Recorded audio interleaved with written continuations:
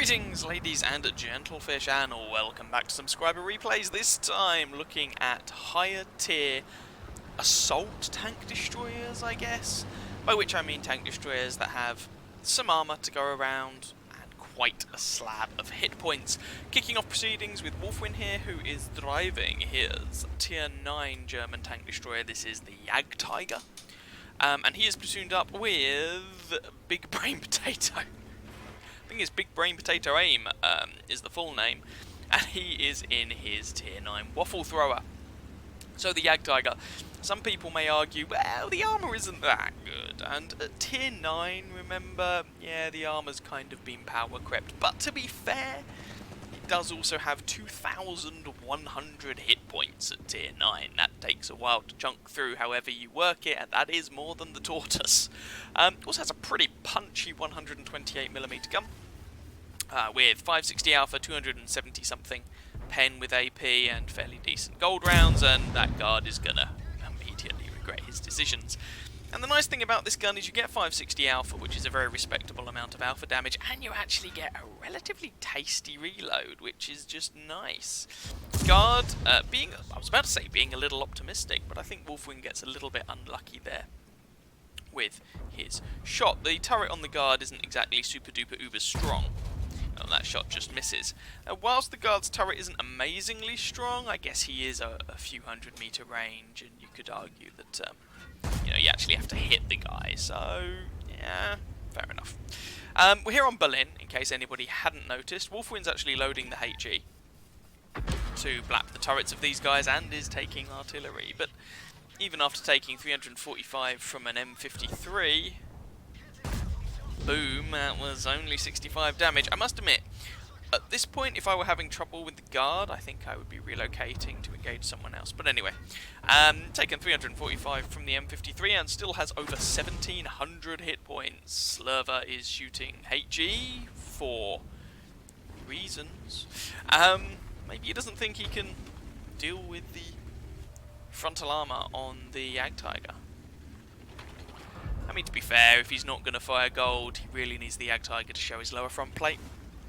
And Wolfwind has been going to some efforts to use his armour effectively. So, yeah, but really, Mr. Lerver, you're better off just relocating. 105mm HE isn't going to be super duper uber effective against a Jagdtiger. And I was about to say you're showing your hull, this could be painful, but the Lerver actually manages to bounce that one. So, trying to pick out somewhere on this guy that we can actually shoot. Upper front plate could be a bit dicey. Would really like the side or the lower front plate or something like that. Doesn't look like it's happening though, and this is where it can get a little awkward because, you know, you'd really, in a Jagdtiger, want to be joining in the fight. I was a bit optimistic, joining in the fight in the town, but you can't do that without giving the Lerver your side. There is a weak spot on the Lerver, by the way, around the gun mantlet. There's kind of a hole in the armour layout, which you can try and take advantage of. There's also, it's worth pointing out, some people will tell you that the Lerver's gun mantlet is conically shaped, or is curved in shape, which is not quite true. Goodbye, Mr. Lerver. Visually it is, but the way it's actually modelled, it's more done with cylinders. Well, I think there is a cone with a slight angle, but it's not as impressive as you might at first think. So Wolfwind trades shots there with the WZ-1111-4, but Wolfwind has better alpha damage and a better reload, if I remember correctly. But he ends up putting the other shot into the side of the Emil-1, and this is the wonders of an Assault TD. Wolfwind essentially is playing this such that his team have another heavy tank, and to be fair, Big Brain Potato Aim, even though he's in a paper TD, he's not having any of this camping nonsense. Oh, hello, artillery. He's coming round to blap the enemies too, and actually manages to pick up the M46 pattern. Shot there from the Object 430, takes out Wolfwind's tracks unfortunately, but revenge is a thing, and oh dear. Mr. Object 430 mistakes. You've made a few. Being on the enemy team was one of them, it would seem. So the friendly team have pretty convincingly crushed the town here. Enemy artillery has spent a good chunk of this game trying to blap Wolfwind, but Big Brain Potato Aim manages to get a fire on that Basante to finish him off, and Wolfwin is still going. He's loading a HE round here now. I assume this is for artillery because you've got the Object 274A spotted on the other side of the map as well as the Borsig.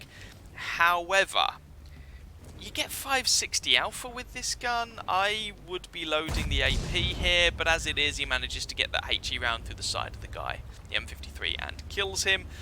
But when you've got 560 alpha, there isn't really the need to load HE against artillery. Now, you could argue it avoids those frustrating situations where you get a funky bounce or just blow the guy's tracks off, and that's true.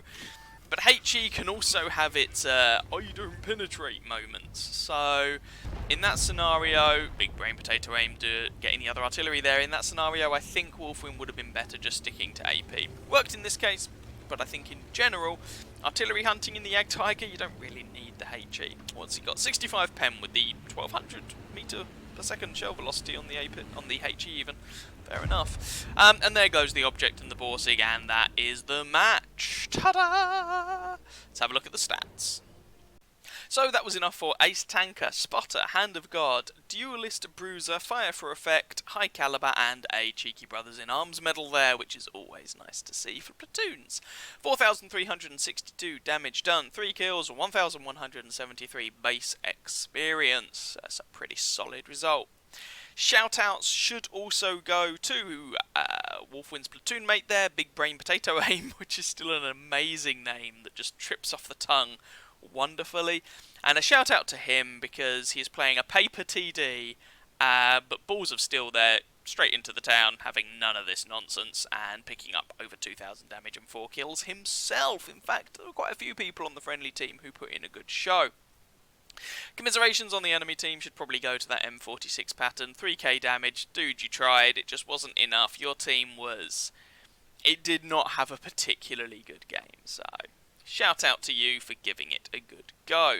15 shots fired, 12 hits, 8 penetrations, 1 splash damage, 4,362 damage, about 1,000 damage from more than 300 meters. 5 hits received, 2 penetrated, 2 did not, lots of splashing from artillery. And, yeah, 1,395 assistance damage, premium account, shiny things going on at the time for a 69,000 credit profit, basically. And a good amount of experience. That game was not particularly long, but it was a nice smash and grab, with Wolfwin using his Young Tiger as another heavy tank, basically. So, another replay for you coming up in just a second, also in a fairly heavily armoured, kind of assault-style tank destroyer. In this game then, we are joining My Name is Puffs, and he is driving the FV217 Badger. This is I was about to say new, but it hasn't been new for a while. This is the Tier 10 British tank destroyer, one of them. Not the original, but that's the one we've got in the game at the moment. And can I just, before we get into this game any further, say, what the hell is this paint scheme? It looks like a toddler swallowed a pack of crayons and vomited all over the thing. Jeez Louise. Anyway, this is the Badger. So, what do you get with the Badger? Well, this thing has a weird caliber gun, 123mm gun with 480 alpha damage, about 272 penetration, which is kind of low for a tier 10 British tank destroyer. But this is a DPM monster. This tank has the highest, bar none, the highest DPM in the game. Also has pretty impressive frontal armour, which is even more impressive if you're able to use your gun depression and go hull down. However, whilst it does have very impressive DPM, there is a case for saying that the Tortoise at tier 9 has more impressive DPM, because whilst technically the Tortoise has the lower DPM, it has the second highest DPM in the game, it's also a whole tier lower, and the DPM difference between the two tanks is pretty negligible. Nice shot there with a damaged gun. So I think a lot of people would say yes, the Badger has the highest DPM in the game, but the Tortoise feels more comfortable with regard to its damage output. You've also got things like its gun arc. A lot of people, I don't know about Puffs here, but quite a lot of people seem to prefer tier for tier the Tortoise. I haven't played the Tortoise. Puffs is firing HE here for some reason. Anyway, I haven't played the Tortoise. I haven't played any of these tanks since the introduction of the Badger. I ground through this line in the lead up to the Badger being introduced on the basis that I could get the Death Star, the FV215B183. Ooh, nice ammo rack. I could get the Death Star and the Badger. So I own the Badger, but I've not played it. Anyway, I'd be curious to know what Puffs thinks of this tank, to be honest. Because when it was first introduced, or when it was on the test servers, there were lots of people making a big fuss about the frontal armor and the monstrous DPM, and oh my god, this thing's going to be terrifying. But since its actual introduction to the game, all of that fuss seems to have died away, and in fact, I hear a number of people say they find the Badger pretty somewhere between underwhelming and situational. And it is situational at the end of the day. Your frontal armor's good, your side armor, not so much. You know, your gun has high DPM, but kind of lacking in the pen department. You really play this thing, as you can see Puff's doing here, like a another heavy tank, and it prefers a good matchup. Nice shot there from the Lerva to put some damage into Puff's side. So in this case, where you've got tier 8s and 9s to shoot at, that's great, but when if you're going to be facing... Oh, Garda's got Puff's side, lovely shot there to deal with the Lerva.